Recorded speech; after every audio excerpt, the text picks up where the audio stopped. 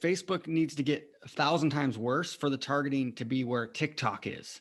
So if you guys think that there's a bigger opportunity over there, you're mistaken. The opportunity is in your creative, is in your offer.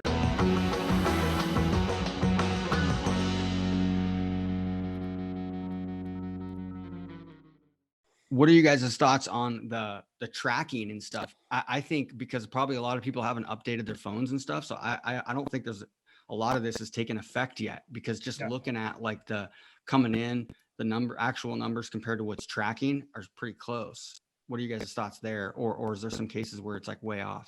Well, there's a couple quick things that I had thoughts on that regarding, again, like I am the worst at updating my phone. So I know that there are people that are slow updaters on their phones. Also, I think that there's Facebook's integration. So you have the option as a platform to either start implementing the things or wait until it's enforced upon you by Apple. And I think on both sides of that, Facebook was doing a delayed rollout, and then also Apple's doing a delayed rollout. So on both sides of it, you kind of have a rolling start. And so and I think for all the reasons that, all those dropping off a cliff things we've been talking about, they don't on either side. Apple doesn't want a big drop off a cliff either, because there'll be pushback on them. And there's a lot of other apps that are being affected by this other than Facebook. Facebook's just the one that's in our sphere of influence. But I think that there's a bunch of slow roll stuff happening here. But like I said, I wanted to see when they started enforcing the event stuff. And so we purposely kind of set some stuff up, and it might be that that's a slow roll too. But like I said, we did have some stuff turned off, like some actual ads turned off that were optimized for lead, with a warning that said, this was your events were not set up for this optimization. So at least we know that there's some, they are from either the Apple side or the Facebook side. Because when you had it set up in if you're optimizing for an event that was not already part of your aggregated event management, you used to get a warning that would say, when Apple enforces the prompt, these ads are gonna be turned off. Now I know their ads were turned off, so at least we know that that's begun. That's not everywhere, for sure. Yeah. Like we still see warnings in some places. So it's yeah. The one consistent thing seemed to be the numbering on your the annoying like subscript 2 on the ads manager. That happened everywhere at the same time, it seemed. The great disclaimer. Yeah. It sounds like some kind of comedian. The thing that really snuck up on us that we weren't expecting at all is the fact that you now can't compare attribution windows. Yeah. Which is probably the worst bit of the update in my view, right? Well, there was a call that we had several weeks ago when it seems like they've all been about iOS, but we talked about downloading your default attribution window and data and your 7-day click attribution data for, we just said 2020 because and then what we've done is we've created ratios inside of our reporting that ideally will give you a modeled what it would have looked like in the old default 28-day click plus 1-day view reporting. But that helps kind of explain things to clients maybe, but I don't, and maybe it keeps you from thinking that everything's gone south. But when they took that away, that hurt. And the other thing that they took away that actually hurt more than I thought it would was the breakdowns. Specifically with dynamic creative. Someone in here asked about dynamic creative. We're still using them like crazy, but we can't see the breakdowns other than you can see like impressions, but you can't see conversions inside of breakdowns. So you can't see gender, age, placement. You can't see those breakdowns, or at least most people can't. Some people might still have some access to that depending, but you also are not able to see conversions based on dynamic creative breakdowns. So it makes a lot of the kind of easier decision-making for placement stuff or for age and gender stuff go away based on privacy. And I knew that was coming down the pike, but I didn't think it hurt as bad as it seems to be hurting us right now. We've actually leaned on that more than I thought. I have been able to recreate some of the conversion window stuff in Google Analytics to just for people who forgot to run those. Yeah. If somebody's like really in a bind, you might be able to go in through the traffic as a segment and look at what your sales cycle is to get an idea if you're having those conversations with clients, because Google will tell you the sales cycle. You can now get a warning for creative fatigue. Yeah. Have you seen that? Yeah. Which is total BS, because like frequency. What does it even mean? It's basically Facebook's way of prompting people just to update their creatives, because it's like, that's what every rep will tell you is wrong with your ad account, is you're not cycling creatives enough. But then we started getting these, creative fatigue warnings. So we're like, okay, I wonder what's tripping those, right? So we look at first, what's the metric, first impression, first impression percentage or whatever, that seemed to be fine. We look at frequency, that seems to be fine. So we're like, are they just doling this out, just trying to prompt people to, update their creatives? Because it seemed like the actual metrics did not make the prompt seem like it should have tripped. So I don't know. For me, it's just another lazy way for them, just like how they started warning people about learning limited. Just seems like a lazy way for them to tell people to spend more money or cycle creatives faster, or all of those things. There didn't seem to be any rhyme or reason to it. I don't know if anybody else has seen anything or figured that out, but that was our internal agency take on it. It was kind of a big eye roll. Seen any of that, but what we have seen is like consistently, when you're spending relatively big budgets, the frequency goes up super quick if you don't exclude literally everything on a cold campaign. Yes. So we're even excluding like engagers, video viewers, and basically any audience that we can now is being excluded from our top of the funnel ads, just because otherwise we were starting to see like 2.5 frequency inside a week on like 20 million audiences, which we've just never seen before. And they just don't work. And then you get into this cycle where people have seen the ad already, so they don't click, so the click-through rate goes down, so your metrics go down, so you end up paying a higher CPM, and then it starts going after the same people again, because it's like, and you just get into this like downward spiral. We definitely seen that across a lot of places.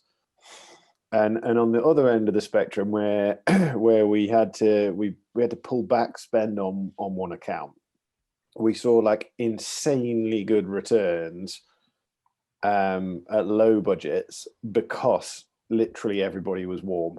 Like it would not go to cold traffic with a small budget. It was kind of like, no, I know these people are going to convert because they bought from you before. I'm going to show it to them. And you do your best to exclude them, but you'd still get people by making repeat purchases from your ads. And whereas it used to be a good thing to let Facebook have a lot of latitude to see who would convert, it just seems like we're having to go back to the stuff we invented back in the days of level 1, level 2, level 3 kind of stuff. Yeah. To actually get any cold prospecting happening. I meant to reach out to you on that, Rob, because I knew you guys were doing that. And my question was, because my fear is, and I just need you to ease my fear probably, is when you do that, how long does it take for everything to like equilibrate, if that's a word, to kind of even out again? Because you're pulling out all that warm traffic from your cold. So cold's going to start to be different. Your warm probably becomes more important, and then your hot is probably the same as it ever was, right? So yeah, and I don't know if it ever does get to the same, but we were kind of like, well, the job of these ads is to find us new customers. It's not to continually badger the same people over and over again until they're so bored they hit the "don't show me these ads ever again." Yep. And we kind of took the opinion that it was, even if we're getting much worse returns initially, because we are excluding those cold people, we're like, well, this is the real, this is the cost now of a person who is who is cold. So we then have to build the business stuff around that, right? You know, just accept that that's what we're going to have to pay. If that makes any sense. Yeah. And we haven't managed to find a way of it going back to exactly how it was. But then in the client where we're talking about that, where we're spending quite a lot, we've kind of come up with a new offer, which has spiced things up again. So we don't have that like consistent before and after to talk to, if you know what I mean.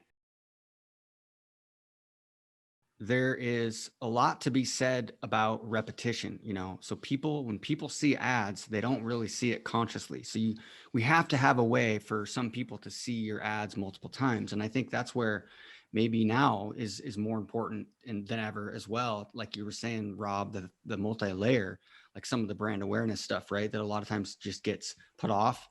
Even Shane, who was on yesterday with our Jetstream call, he just started it, and it's low budgets, $15 a day, and he's not running. He's running very low overall budgets, you know, a couple $100 a day total, but he's doing like $15 a day with video view objectives, and then he's retargeting those people with a conversion objective, and he's getting $6 per lead, which is his lowest. So, you know, not long ago we were saying be careful doing that, because if you're going to use a video view objective, don't, like, Facebook will tell you to use video views for all your cold audiences, right? And then retarget them for your conversion objective. But if you do that, then you got to be careful, because most of those people aren't ready to convert tomorrow, right? They're 3 or 4 months out, but some of them will be. So the thing is if you're going to, what I kind of went in, I drew it out a little bit yesterday, but basically, like, you know, if you're going to do a video view objective, kind of a brand awareness or an engagement objective, do that, but keep your budgets fairly small. And then with the retargeting, keep those audiences maybe separate from your other warm audiences, right? Because if you have a video view objective, video view audience, they're going to be like 0.001, right? 0.0 like per video view. So you get like thousands and thousands. They get really big, really fast. And sometimes I think that can dilute your normal warm audiences in terms of like your website visitors, or a video viewer from a conversion objective. Video view is a totally different type of viewer, right?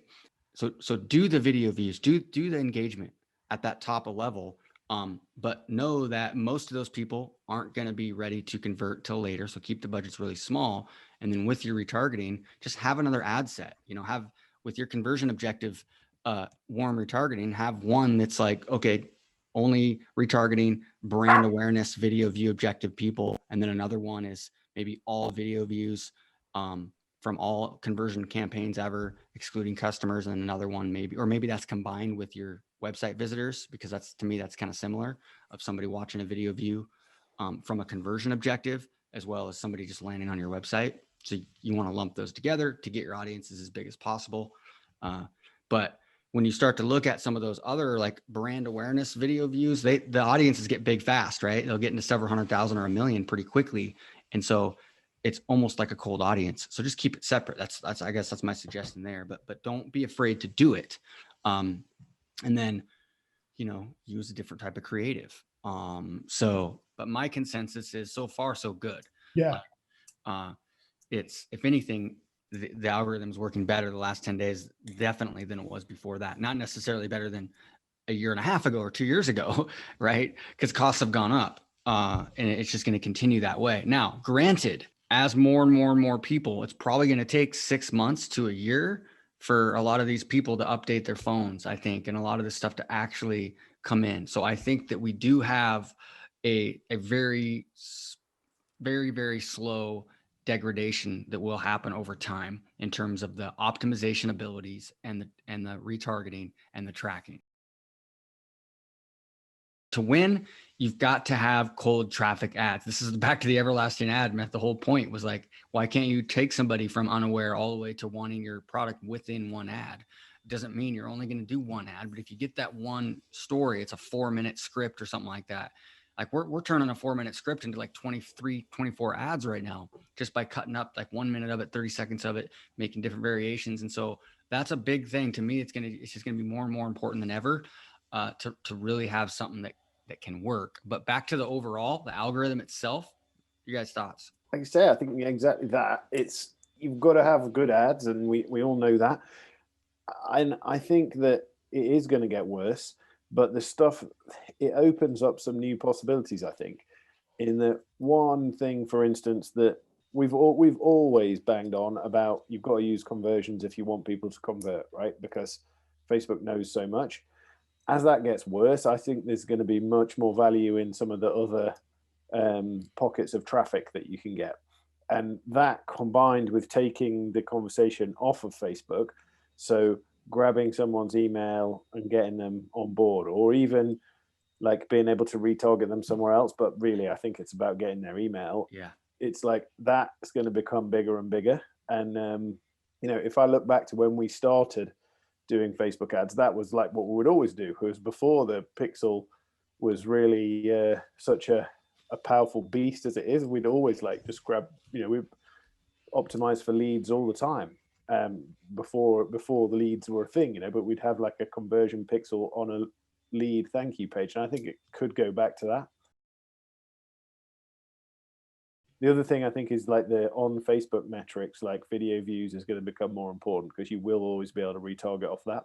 Yeah, exactly. And then I think just getting ninja about like understanding the different types of video views that I was talking about earlier. And might have went over some of your heads, but go back and watch that part over again. 100% agree. My closing thoughts on this, and again, everything that Rob said, spot on.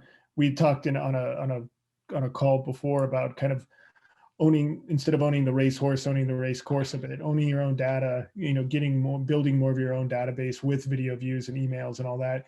We are playing around with, and I don't know if you guys have done anything around this, but the idea of getting some conversions or people farther down the funnel on Facebook, meaning instant experience or Facebook, Instagram shopping, some of that stuff. You know, I don't have any data on that, but that's on our whiteboard to look into, because if it's on Facebook, we control more of the data. I'm not afraid to say that we are looking at diversifying to different channels for retargeting specifically. I'm digging deep. I have my Snapchat and my TikTok business centers open right now on my computer, playing around with some of that. So I think that clearly Google display is our first go-to. YouTube and some of that is our second, but then going deeper into some of these other newer channels, we're not afraid to go play around in there a little bit and see what we can do there as well. And also going back to what Rob said, clearing out all of the warm traffic from our cold traffic and getting that's a huge initiative for us right now, is to clean out any warm out of our cold, so we can really go find new buyers and build our audiences, build our opportunities. One interesting thing you said there, Josh, about the like on Facebook commerce, basically, or Facebook shop, Instagram shop, is promoting that pretty heavily. And I've seen some screenshots from some accounts where, you know, where you select, is this a website or is it an event or whatever? There's a new one, which is like website and Instagram shop or and Facebook shop or something. And basically Facebook's directing something like 10 to 20% of your ad traffic to the equivalent page on your Facebook shop. But the cool thing is they're doing it for free. Ooh. So like you get 10% of your ad spend back by them sending them to Facebook. I haven't seen it in any of our accounts, but if you've got a Facebook shop set up, go have a look when you it'll be in the ad set level, I think, when you create a new ad, see if that's something that is showing up. It's something you can choose to have or not, but if they're gonna like pay you to send the traffic, you might as well give it a try, right? Josh likes free. Yeah, I'll take it. The other thing is Messenger is coming back. You know, a lot of people moved away from it with the rules that were coming in. So I'm on a wait list right now to do Instagram Manychat. And I actually just got my wait list opened up. I just got on Hotline, which is Facebook's Clubhouse answer. And I think doing those kind of channels too, because that's connected to Twitter, and Clubhouse is connected to Instagram and Twitter. But those are all like, you have to be involved in those. They're not monetizing yet. I'm sure they will. But with Manychat, really what I was on a training with them last week, and there's another one tomorrow. that's all about the quick flows. So it's not like ManyChat was never intended, or chatbots were never intended for this like long drip cycle. That was not what they were created for. They're created to come in, get your questions answered, and move on to the next part of the funnel. So come in, To a answer real a couple human of or something. questions, give me your email address, give me your phone number. Do you want to call us? You know, like it's 2 or 3, like be real quick. You can be a lot more direct in chat. And so I'm going to be testing some things for one of my clients in the next couple of weeks as we get things going. And once we get she's got a lot of followers on Instagram. So once we get that unified inbox and we're able to use ManyChat on both Facebook and Instagram with ads, I think it could be a really fun thing to test for opting in for a webinar or to watch a training video or some kind of freebie that gets them on your email list, because it all connects with API now with most of the email clients. It's not like you don't have to have like the Google Sheet and Zapier and all that anymore. So it'll be really interesting to test some of those things I think out. that's a huge one, Penny. But I think yeah, I think for it's you. really big. And look, with my bigger e-commerce client, we hit our CPAs went like through the roof over a 2 or 3 day period, turned everything off, started over with bid cap, and it's working beautifully. It's just not spending all of our money. So you guys have encouraged me to go back through and just try to do the lowest cost again, because it was for like the middle part of April, it was like the Wild West. And And we sometimes had a very stable history. We'd been like incrementally scaling, getting really good results, had winning ads, had like 6 ads in rotation in different ad sets. It was working beautifully and went off the cliff. my guess is that just starting over with the timing is actually what did it the most, more than bid cap. If you had another, my guess is if you duplicated and just did it regular, it would probably be similar results. That's now, because it was what I'm going to do when we hang up. Yeah. So everybody's complaining right now about Facebook's targeting and optimization and all that. Like, you guys, if you're going to go try to dial in TikTok and stuff, we're talking Facebook. Like, Facebook needs to get 1,000 times worse for the targeting to be where TikTok is. So if you guys think that there's a bigger opportunity over there, you're mistaken. The opportunity is in your creative, is in your offer, is having a free offer that will work on all these platforms, right? Having something. Now, if you want to go, like, we had a great call yesterday. Josh was on with me with Carl from Mindshare, JJ Virgin, their company. And so he was like, hey, I'm on TikTok just to get ideas, right? And it made me think, because like I'm on there, and he goes, the best videos there organically, right? Organically are these super, super simple tips. And I'm like, dude, this is part of the everlasting ad method. This is why this is part of my webinar. But you guys know this, but like, this is important, right? Now, this is more like Act 2 stuff, but it's not in every ad that you might make, but this is total TikTok.